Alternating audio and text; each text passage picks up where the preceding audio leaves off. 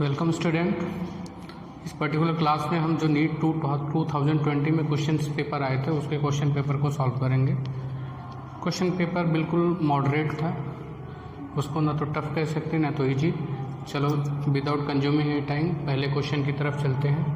Question पढ़ेंगे, पढ़ के मिटा देंगे, फिर सॉल्व करके ऑप्शन आपको बताएंगे, एनालाइज करके सॉल्व करके। देखो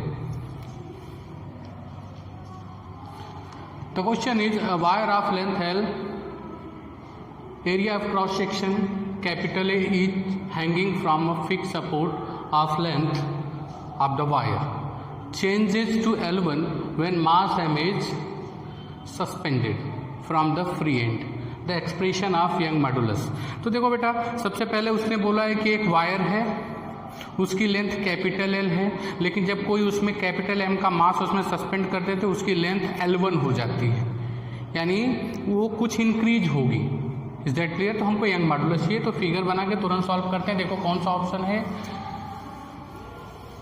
यानी ये सिनेरियो था अपना, ये एल लेंथ का वायर था, लेकिन जैसे ही बेटा इसमें एक मैंने मास लगा दिया है कैपिटल एम, तो एम जी किधर का होगा, नीचे की तरफ। अभी उसका लेंथ कितना हो गया, L1 हो गया बेटा। तो यंग मॉडुलस क्या होता है, stress upon strength F upon A, delta L change in length क्या होगा बेटा, L1 final length minus initial length, L1 minus L, delta L by L. Is that clear? और F हम क्या है, F यहाँ पे क्या है, वेट ऑफ द वायर, क्या हो जाएगा, y equal to M G upon A, ये जंप ऊपर करके न्यूमरेटर में चला जाएगा, L upon L1 minus L, M G L A L1 minus L, M G L A L1 minus L, sorry L1 minus L. Is that clear? Is that clear? M G L jump over होकर ऊपर चला जाएगा बेटा, ये इसके साथ आ जाएगा आपका। Which option is correct? C option is correct. Is that clear? Now we are moving towards next questions. इसको रब करते हैं।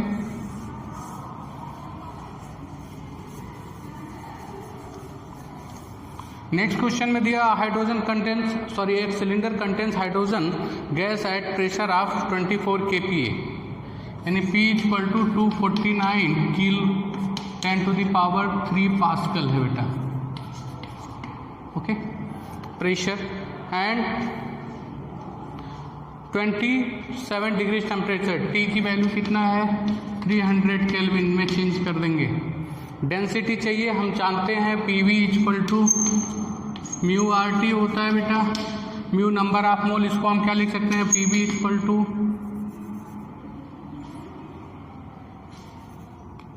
ये हो जाएगा total mass of hydrogen upon इस molar mass RT, number of moles निकालने के लिए।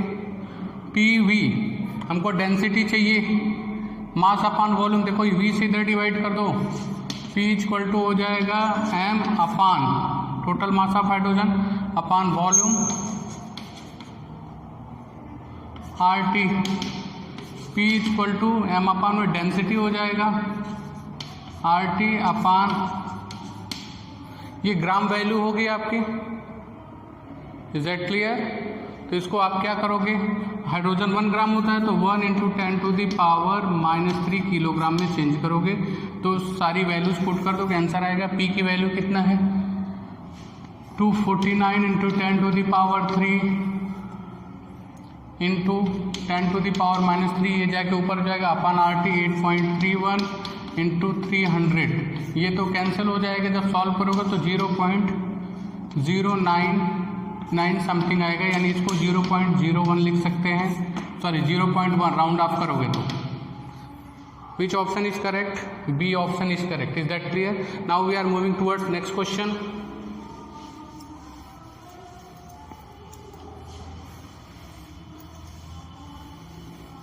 Next question is, light of average flux 20 watt per centimeter square fall on a non-reflecting surface at normal incidence having surface area 20 centimeter square.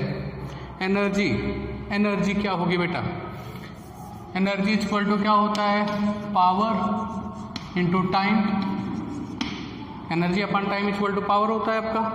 तो energy equal to power is given 25 watt per centimeter square, यानी 1 centimetre square में कितना होगा, 20 वाट है। तो 1 metre वाट में कितना हो जाएगा power, 20 into 10 to the power 4। Is that clear, is that clear? क्योंकि 1 meter square equal to 10 to the power 4 centimeter square होता है। तो ये सेंटीमीटर स्क्वायर है, तो कितने 1 मीटर स्क्वायर में कितना जाएगा, दिस, एंड पावर हो गया बेटा सरफेस एरिया। एक्चुअल में पावर इक्वल टू क्या होता है, एनर्जी अपॉन टाइम, ये होता है। और हम क्या लिख सकते हैं, सरफेस एरिया, एरिया हमको दिया है, ये हमको इंटेंसिटी दिया है, इंटेंसिटी। तो इंटेंसिटी क्या होता है आपका, energy upon time into area होता है। थोड़ा डिटेल में कर देते, नहीं तो कंफ्यूज हो जाओगे। तो आपका एनर्जी क्या हो जाएगा, ई से मल्टीप्लाई का तो cross multiply, E equal to हो जाएगा I into T into A, सब मल्टीप्लाई करो। आई की वैल्यू कितनी है आपकी 20 इंटू 10 टू दी पावर 4। क्यों लिखा, क्योंकि सेंटीमीटर स्क्वायर है तो मीटर स्क्वायर में पूरे में, क्योंकि हमको एमकेएस में चेंज करना है। Into time 60 minute into area कितना है बेटा 20 सेंटीमीटर है, 20 सेंटीमीटर स्क्वायर है, मीटर में 10 टू दी पावर -4 हो जाएगा। ये कैंसिल हो जाएगा, ई इक्वल टू कितना हो जाएगा, इज दैट क्लियर? ये हो जाएगा आपका E equal to 24 into 10 to the power 3 joule. Which option is correct? Now we are moving towards next question. थोड़ा जल्दी करना पड़ेगा क्योंकि ज़्यादा लंबा नहीं ले सकते क्लास। नेक्स्ट क्वेश्चन में आपका दिया है, ये इस तरह की पुली है, बोला है पुली जो है फ्रिक्शन लेस है बेटा, और उसको एक अनएक्सटेंडेड थ्रेड से मैंने दोनों तरफ क्या कर दिया, हैंग कर दिया है। इसका मास कितना बेटा 4 kg, क्वेश्चन में दिया इसका मास 6 kg है।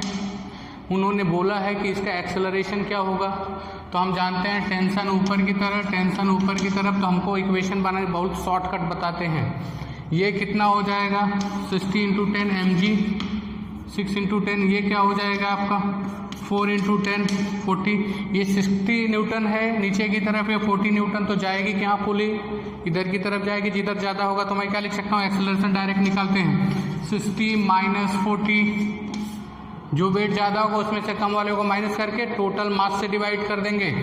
टोटल मास कितना हो जाएगा आपका 4 + 6, A equal to 20/10, A equal to 2 meter per second square. यहाँ पे ऑप्शन में G/2 का मतलब 10/25, 10/5 का मतलब 2। This option is correct. 10/10 का मतलब 1 होगा, G का मतलब 10 ही होता है। Which option is correct? Second option is. Now we are moving towards next question. Next question दिया है कि एक स्फीयर है जिसकी रेडियस 10 सेंटीमीटर है, चार्ज यूनिफॉर्मली उस पर डिस्ट्रीब्यूट है। जो चार्ज है उसकी वैल्यू है 3.2 इंटू 10 टू द पावर -7। तो हमको इलेक्ट्रिक फील्ड निकालना है 15 centimeter away from the centre of sphere. There are 4 option. Formula लगा दोगे Q/R² इक्वल टू E। क्योंकि किसी भी स्फीयर के अगर सरफेस पे चार्ज डिस्ट्रीब्यूट होता है तो वो क्या होता है, पॉइंट लाइक ऑब्जेक्ट की तरह काम करता है। तो हमेशा डिस्टेंस सेंटर से लिखते हैं 9 into 10 to the power 9। Q की value 3.2 into 10 to the power -7/R², 15 है तो 15 इंटू 10 टू द पावर -2 का whole square. Is that clear और नॉट? तो E इक्वल टू सॉल्व करोगे आप 9 into 3.2 into 10 to the power 2/225 into 10 to the power -4, ऊपर जाएगा 10 टू द पावर 6 हो जाएगा बेटा। 9 into 3.2 into 10 to the power 6/224।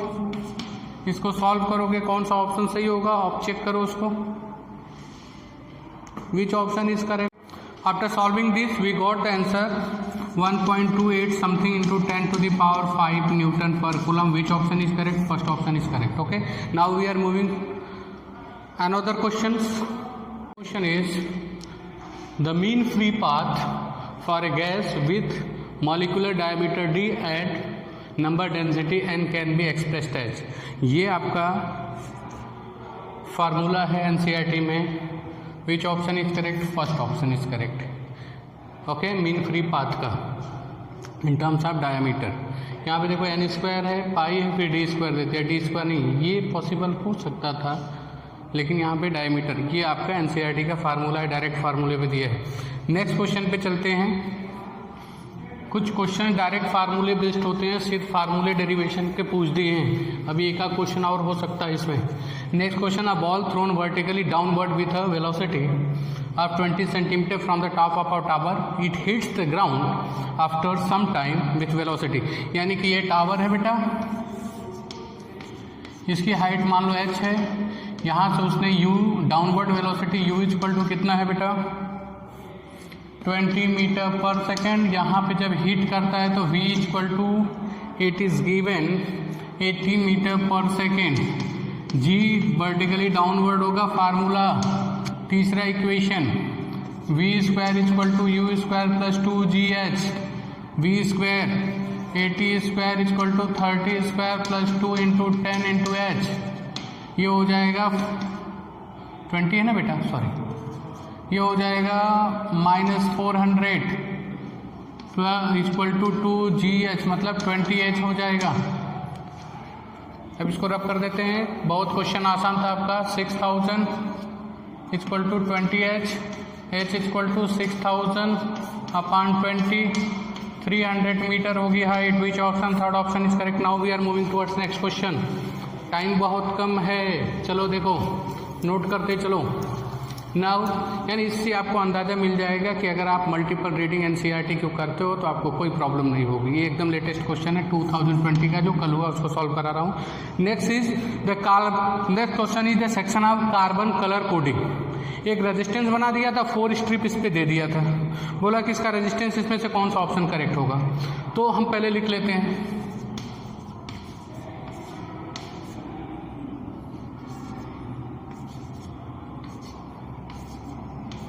ये आपका 0 1 2 3 4 5 6 7 8 9 होता है.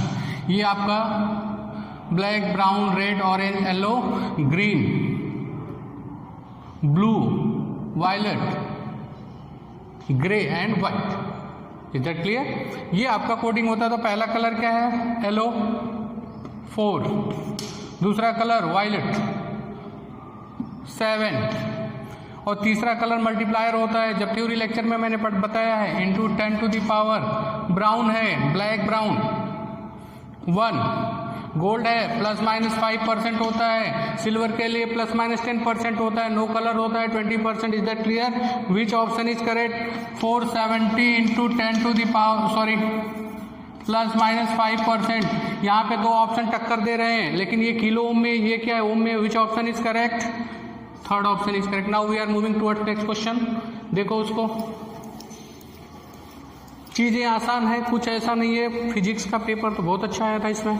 नेक्स्ट देखो, when 92 uranium 235 bombarded with A neutron, it's generate 36 krypton 89 3 neutrons. तो जाहिर सी बात है 92 यूरेनियम 235 है बेटा. यहाँ पे उसने क्या किया, जब न्यूट्रॉन से टक्कर मारा है तो ऊपर 236 आना चाहिए. तो पहला उसने बताया है कि 36 क्रिप्टन तो निकल ही रहा है. ओके, और फिर उसके बाद 3 न्यूट्रॉन निकल रहे हैं. प्लस कौन सा ऑप्शन सही होगा? देखो 89 प्लस 3 कितना हो जाएगा आपका? 92. अब 92 है, हमको लाना है 235 ऊपर का बराबर होना चाहिए. अब इसमें ऐड करते चलो सबका एटॉमिक मास. 91 करोगे 235 तक नहीं पहुंच पाएगा. 1101 करोगे तब भी नहीं पहुंच पाएगा. 103 तब भी नहीं. 144 कर दो. देखो 426. Is that clear? 236 आ गया ना. देखो 235 प्लस 1 236, और सबका एटॉमिक मास बराबर कंजर्वेशन मास को फॉलो कर रहा है. Which option is correct? Which option is correct? D option. Now Next question is a 40 microfarad capacitor is joined with 200 volt battery and 50 hertz frequency. RMS value find out करनी है. Data से जो भी value find out है वो RMS होता है, जब तक कि क्वेश्चन में पीक न बोला जाए. ये डाटा है, यानी कि ये जो वोल्टेज होगा RMS होगा. डायरेक्ट हमको करंट निकालना है, तो I इक्वल टू क्या होता है आपका V अपान XC. जैसे I equal to V upon R होता है, कैपेसिटर के केस में XC होता है और इंडक्टर के केस में XL होता है. तो I इक्वल टू V 200 है बेटा, XC 1 अपान ओमेगा C होता है. XC capacitance, inductive capacitance. देखो ऊपर कर दो, I equal to 200 omega into C, I equal to 200 omega 2 pi F, C की value 40 into 10 to the power minus 6, I equal to 200 okay into 2 pi यानी 6.28 लिख लेते हैं बेटा. फ्रीक्वेंसी दिया है आपका 50 into 40 into 10 to the power minus 6. Zero पहले कैंसिल करो, 1 2 3 4 जीरो कैंसिल कर दो. ये हो जाएगा 5 4 जा 20, 20 2 जा 40. I equal to 40 into 6.28 into 10 to the power, चूंकि 4 जीरो मैं पहले से ही कैंसिल कर चुका हूँ, 1 2 3 4, तो ये हो जाएगा 10 टू दी पावर माइनस 2. एक और कर दो, I equal to 4 into 6.28 into 10 to the power minus 1. एक जीरो और खत्म कर दिया. मल्टीप्लाई कर दो, सीधी सी बात है, मल्टीप्लाई कर दोगे आप तो क्या हो जाएगा,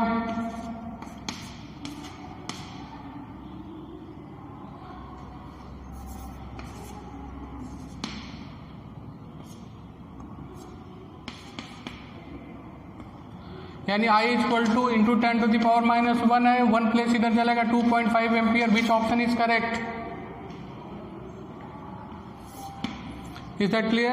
Now we are moving towards next questions. This is basically theory questions, conceptual questions. इसको सॉल्व करने की कोई ज़रूरत नहीं है, क्योंकि हम जानते हैं इलेक्ट्रोमैग्नेटिक वेव में इलेक्ट्रिक फील्ड और मैग्नेटिक फील्ड दोनों एक साथ करते हैं और दोनों के इंटेंसिटी का कंट्रीब्यूशन जो होता है सेम होता है. That's why 1.1 ratio is correct. वो तो वैल्यू फाइंड आउट करने के लिए E/B इक्वल टू क्या होता है, C. Is that clear? तो which option is correct? Okay, now we are moving towards next question which is given on the board.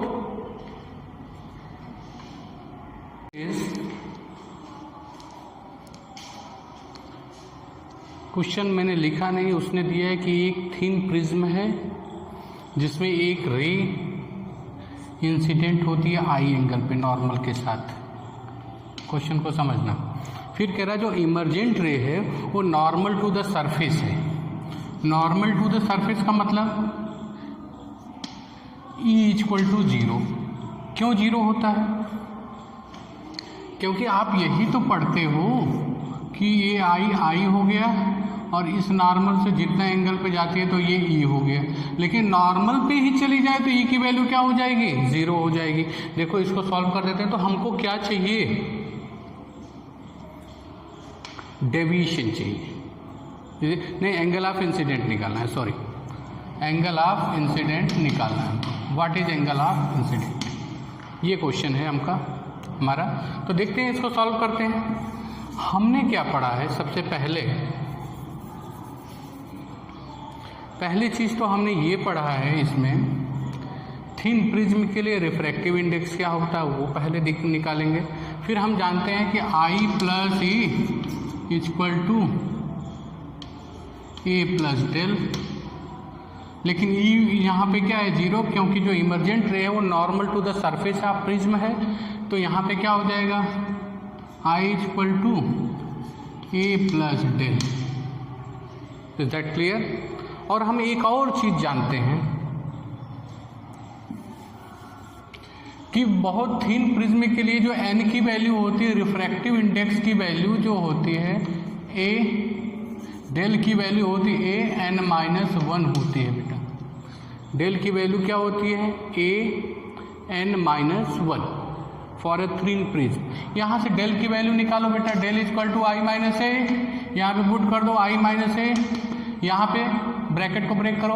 A n वहाँ पे म्यू दिया है आपके क्वेश्चन में, तो A mu minus A, A cancel हो गया, आई इक्वल टू क्या हो जाएगा, A mu. Which option is correct? Is that clear? चलो इसको रब कर देते हैं, नोट करते जाओ, टाइम बहुत कम है। नेक्स्ट क्वेश्चन है आपका क्वेश्चन नंबर 13, कह रहा है कि 2 सिलेंडर थे, इन दोनों को कॉर्क से ज्वाइन कर दिया। तो मैंने क्वेश्चन लिखा नहीं, बहुत आसान क्वेश्चन है, सिर्फ कंसेप्चुअल है। कॉर्क से ज्वाइन कर दिया, ओके। एक फुली फिल्ड है गैस से, दूसरा खाली है। अचानक कॉर्क को निकाल दिया तो गैस क्या होगी, इसमें भागेगी। That means in this process it is adiabatic process, this because there is no exchange of heat, क्योंकि इतने कम समय में होगा एक्सचेंज, हीट का एक्सचेंज नहीं होगा। दिस इज एडियाबैटिक प्रोसेस, इसमें कुछ सॉल्व करने की जरूरत नहीं थी। एक 14th क्वेश्चन था which is very important question. इस क्वेश्चन में बोला था आपका 14 क्वेश्चन में, देखना उसको भी मैंने लिखा नहीं है क्योंकि लिखने में टाइम कंज्यूम होता है। दिया था मैग्नेटिक ससेप्टिबिलिटी दिया है बेटा 599 दिया है, मैग्नेटाइजिंग फील्ड भी दिया है, मैग्नेटाइजिंग करंट भी दिया है, ऑलमोस्ट 1200 एम्पियर दिया है। तो उससे हमको कोई मतलब नहीं, बेवकूफ़ बनाने के लिए दिया है। म्यू की वैल्यू हमको निकालना है, मटेरियल परमिएबिलिटी ऑफ मटेरियल निकालना है। तो एक फार्मूला होता है the relation between permeability of material and susceptibility में रिलेशन होता है mu equal to mu naught 1 plus chi M, magnetic susceptibility. तो mu equal to mu naught क्या होता है, 4 पाई इंटू 10⁻⁻⁷। ये हो जाएगा बेटा 1 प्लस 599 कितना हो जाएगा, 600। 2 0 खत्म हो जाएगा, 24 पाई इंटू 10⁻⁻5 हो जाएगा। यहाँ पे 2.4 2.4 2.4, तो इसको ऐसे कर देते हैं। म्यू इक्वल टू क्या हो जाएगा, 2.4 pi into 10⁻⁻4। Which option is correct? D option is correct. Is that clear? Fourth option. Now we are moving towards next question. It is very easy questions. जो अगला क्वेश्चन था आपका कि हमको बोला था कि 0.5 ग्राम मटेरियल्स को आप एनर्जी में चेंज कर दो, बस यही क्वेश्चन ही था। 4 ऑप्शन थे, हमने ई जानते हैं, ई इक्वल टू क्या होता है, mc², E equal to M की वैल्यू 0.5 c 3 इंटू 10⁻⁻8 का होल स्क्वायर। कभी भी क्वेश्चन नीट में ऐसा आपको नहीं देगा, क्योंकि इतने नंबर आप क्वेश्चन होते हैं, विदिन 2 मिनट लगेंगे। जो बहुत लंबा क्वेश्चन होगा नहीं तो 1 मिनट के अंदर सॉल्व होगा। कंसेप्ट का याद होना चाहिए आपको, इसलिए एनसीईआरटी को मल्टीपल रीडिंग करो, जितना ज़्यादा रीडिंग कर सकते हो। 9 इंटू 10⁻⁻16 ग्राम है बेटा ना, ओके। तो मैंने इसको चेंज करना है 0.5 इंटू 10⁻⁻3। Is that clear? तो 5 इंटू 10⁻⁻4 हो जाएगा, 3⁸ होना चाहिए बेटा। ये हो जाएगा इंटू 9 इंटू 10⁻16, ये हो जाएगा इक्वल टू 45 इंटू 10⁻12, यानी equal to 4.5 into 10⁻13 joule. Which option is correct?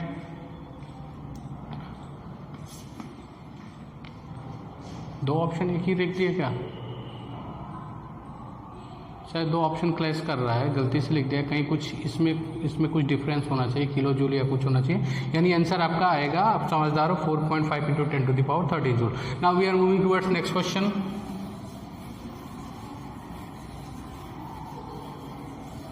Next one is 2 particles of mass 4 kg and 10 kg respectively are attached to the 2 ends of a rod of length 1 meter with negligible mass. The center of mass of the system of 4 kg from 4 kg is nearby at a distance of। तो ये question समझने वाला था, इसलिए board पे मैंने लिखा। तो फीलिंग से भी सॉल्व करोगे तो आ सकता है, इसके बाद फीलिंग से सॉल्व करेंगे, पहले इसको जेन्युइन मेथड से सॉल्व करते हैं। ऐसे क्वेश्चन जब भी आते हैं तो क्या करना पड़ेगा, ओरिजिन पे एक मास को लेंगे। पहला मास कितना है 5 kg, और दूसरा मास कितना बेटा 10 kg। दोनों के रेस्पेक्टिव 1 मीटर लेंथ है, यानी इसका जो कोऑर्डिनेट होगा 0 0 होगा, इसका 1 0 होगा बेटा। Is that clear? 1 meter length है। तो क्या बोला है, सेंटर 5 kg से कितनी दूर पे सेंटर ऑफ मास होगा? तो ये वाला 5 kg से मान लो x डिस्टेंस पे सेंटर ऑफ मास होगा। ओके, तो ये कितना हो जाएगा? 1 - x हो जाएगा बेटा। कर सकते हो? ओके, तो फार्मूला हम जानते हैं, XCM इक्वल टू होता है m1 x1 plus m2 x2 अपान क्या होता है m1 प्लस m2। देखो XCM equal to m1 5 × 0 m1 x1 plus m2 10 × 1 upon m1 plus m2 कितना हो जाएगा? 15। तो XCM इक्वल टू कितना हो जाएगा? 10/15। XCM इक्वल टू हो जाएगा बेटा 2/3 मीटर है तो सेंटीमीटर में XCM इक्वल टू क्या हो जाएगा? 66.67। Okay, is that clear? तो x की वैल्यू कितनी होगी? 67 centimeter. Okay, now next question, we are moving toward next question which is given on the board. पहले रब कर लेते हैं।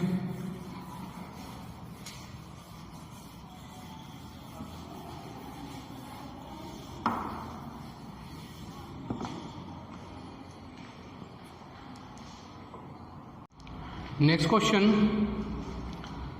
उसने बोला, मैंने क्वेश्चन को लिखा नहीं है, उसने बोला है कि अगर यंग डबल स्लिट एक्सपेरिमेंट में जो कोहेरेंट सोर्स हैं उनके बीच की डिस्टेंस को आधी कर दें। पहले कितनी थी? d, अभी कितनी कर दिया? आधी कर दिया।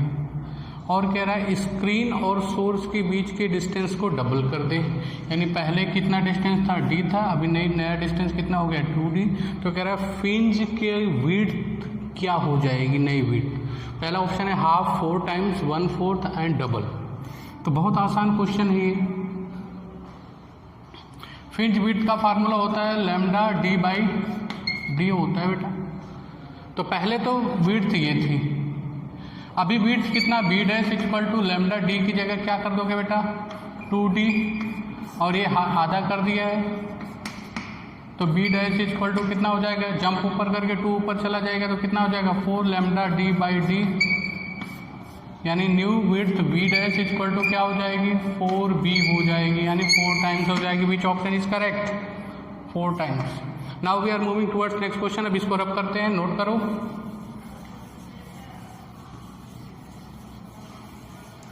नेक्स्ट क्वेश्चन में दिया है आपका कि drift velocity for a electron is 7.5 × 10⁻⁻4 metre per second and the electric field is 3 × 10⁻⁴ volt per metre. It is given data according to question. पूरा क्वेश्चन मैंने नहीं लिखा, तो मेरे को क्या है? मोबिलिटी निकालना है। मोबिलिटी इक्वल टू क्या होता है? Drift velocity upon electric field होता है बेटा। Drift velocity is 7.5 × 10⁻⁴, electric field is 3 × 10⁻⁻10, ऊपर जंप ऊपर करके जाएगा ये into 10⁻⁶। Which option is correct? First option is correct. Now we are moving towards next question जो दिया है बोर्ड पे। ऑलमोस्ट हाफ पेपर सॉल्व हो चुका है आपका। Dimension formula for stress, stress equal to होता है force upon area, stress equal to force ml/t-2 upon l², jump ऊपर करके जाएगा तो ml-1t-2। Which option is correct? Third option is correct. Now we are moving towards next question.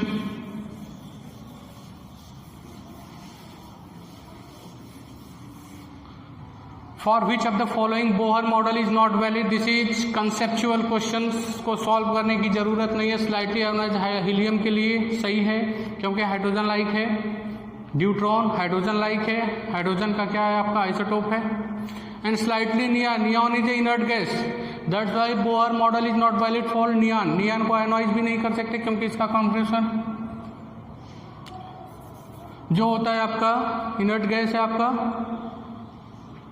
तो third option will be correct. Now we are moving toward next question, a series LCR. This is very important question, slightly thinkable. A series LCR circuit is connected to an AC voltage. When L is removed from the circuit, the phase difference between current and voltage is pi by 3. If C is removed from the circuit, the phase difference again pi by 3 between I and V. Current और voltage का जब एक बार L निकालते हैं तभी phase difference pi by 3 आता voltage और current का. जब दूसरी बार हमें कैपेसिटर को उसमें से रिमूव करना है तो अगेन जो है फेज डिफरेंस वोल्टेज और करंट के बीच का pi by 3 आता है. तो पावर फैक्टर चाहिए तो हम जानते हैं tan delta equal to voltage और करंट के बीच का फेज डिफरेंस क्या होता है, XL minus XC upon R होता है. तो पहले केस में हमने L को रिमूव कर दिया तो tan डेल्टा इक्वल टू क्या हो जाएगा आपका XC upon R minus mod ले लेते हैं, कोई दिक्कत नहीं है, pi by 3 दिया है. तो यानी कि दूसरे केस में क्या हो जाएगा आपका XC अपान R. दूसरे केस में अगर मैंने XC को रिमूव कर दिया तो tan डेल्टा इक्वल टू क्या हो जाएगा बेटा XL अपान R. दोनों इक्वेशन में जो है लेफ्ट हैंड साइड क्या है इक्वल है तो राइट भी बराबर कर दो. XC upon R equal to XL upon R cancel, XL equal to XC. ये कंडीशन होती है रेजोनेंस की. जब रेजोनेंस होता है सर्किट में तो करंट मैक्सिमम होती है, जो इम्पीडेंस होता है उसकी वैल्यू क्या होती है R के बराबर होती है. और पावर फैक्टर हम जानते हैं cos delta equal to R by Z होता है. cos डेल्टा इक्वल टू क्या होगा R upon R, which is 1. Which option is correct? Okay, now we are moving towards next question which is given on the board. Next question is, यह किसी भी telescope के लिए lambda जो है 600 nanometre है और उसका डायमीटर कितना है 2 मीटर है.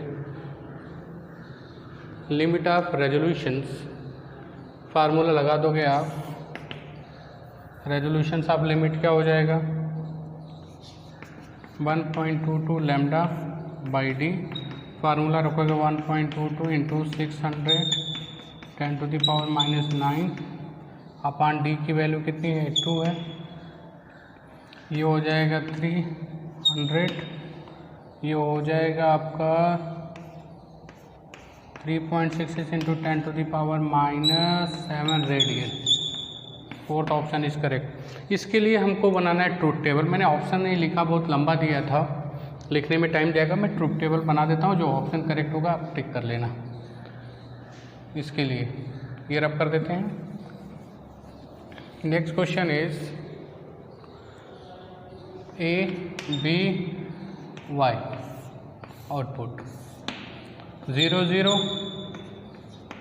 0 0 जब भी रखोगे तो उल्टा 1 हो जाएगा. 1 हो जाएगा, 1 में 1 ऐड करेगा और गेट 1 होगा, उल्टा करोगे 0 हो जाएगा. ओके, दूसरा टेबल बनाएंगे जब 0 1, इसको 0 दोगे तो ये क्या हो जाएगा 1 होगा.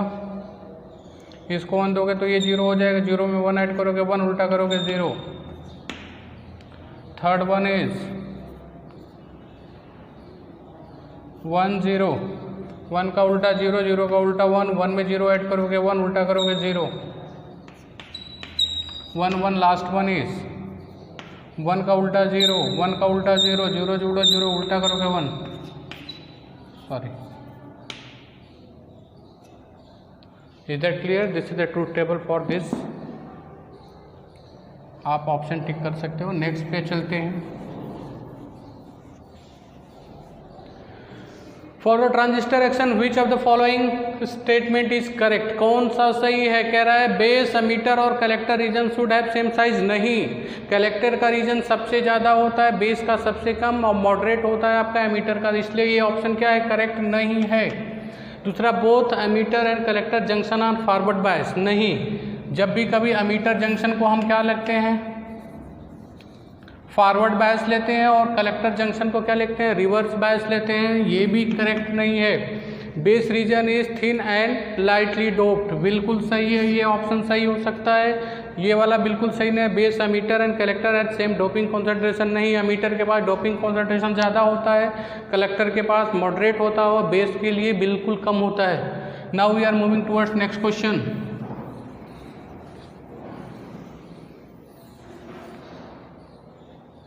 A short dipole has a dipole moment of 1.6 coulomb in मिनटू मीटर। क्या हो जाएगा आपका? Electric potential due to dipole at a distance 0.6 metre from the centre of dipole at 60 degree angle. Formula लगाओगे, आंसर लेके जाओगे। Which formula?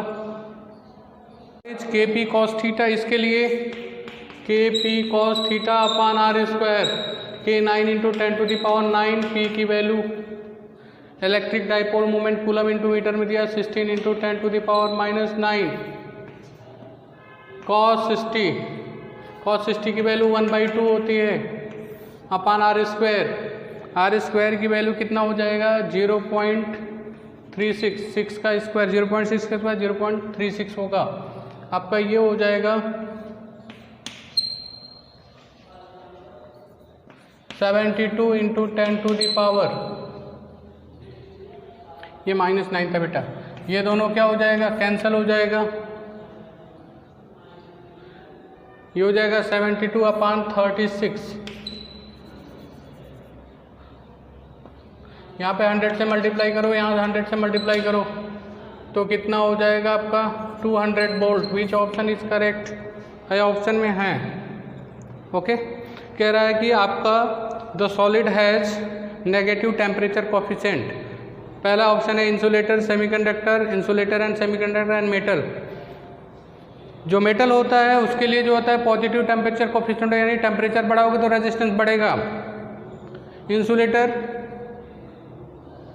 और semiconductor के पास नेगेटिव टेम्परेचर कोफिशिएंट होता है, यानी जैसे जैसे टेम्परेचर बढ़ाओगे, क्योंकि जो सेमीकंडक्टर एब्सोल्यूट जीरो टेम्परेचर पे क्या होता है, एट इंसुलेटर की तरह वर्क करता है। जैसे जैसे टेम्परेचर बढ़ते हो तो thermal,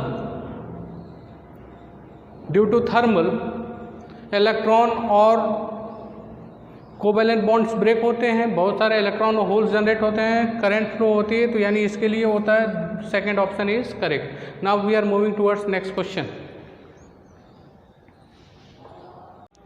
The next question is the energy required to break the bond in DNA 10 to the power -2 joule, -20 joule है बेटा। तो हमको इलेक्ट्रॉन वोल्ट में वैल्यू चाहिए, तो जूल को इलेक्ट्रॉन वोल्ट में बदलने के लिए क्या करते हैं? 10 to the power -20, 1.6 into 10 to the power -19। Is that clear? तो 10 to the power -1 अपान क्या हो जाएगा? 1.6। अगर 10 to the power -20 जूल होगा तो, क्योंकि -2 गलती से लिख दिया था, चलो कोई दिक्कत नहीं। तो मैं क्या लिख सकता हूँ? 1 अपान 1.6 इंटू 10 to the power -1, ये हो जाएगा 10 से ऊपर मल्टीप्लाई, 10 से नीचे मल्टीप्लाई कर देते हैं, पॉइंट बढ़ाएंगे, इधर 0 करेंगे,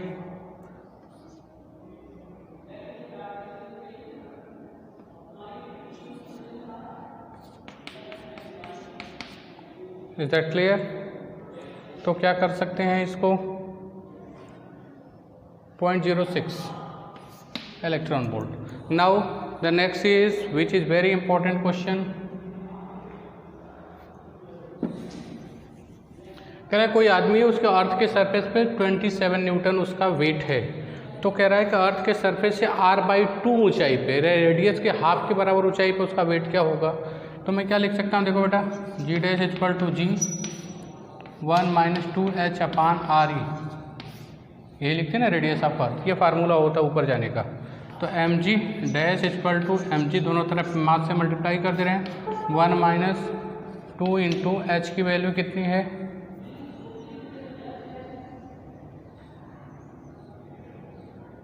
ये हो जाएगा r/2 अपान r, ये हो जाएगा आपका mg dash equal to mg की वैल्यू कितनी है आपकी? 72, क्या हो जाएगा आपका? 1 - 2h अपान r, ही होता है फार्मूला।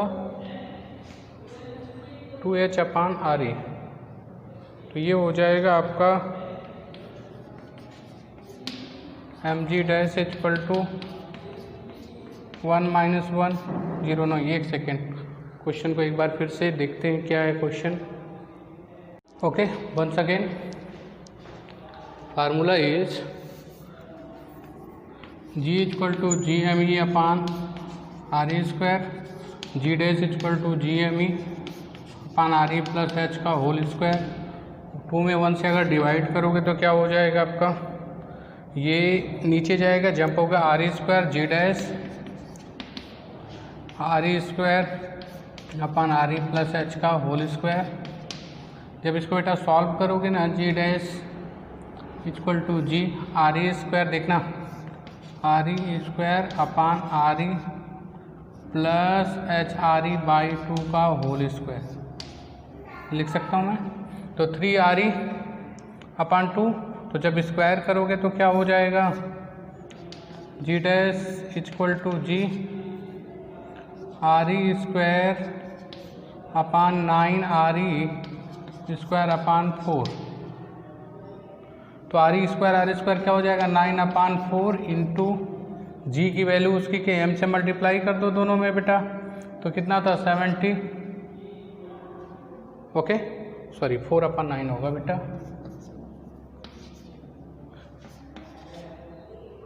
कितना 32 newton. Which option is correct. Okay, now we are moving towards next question. इसको रब करते हैं दोनों को।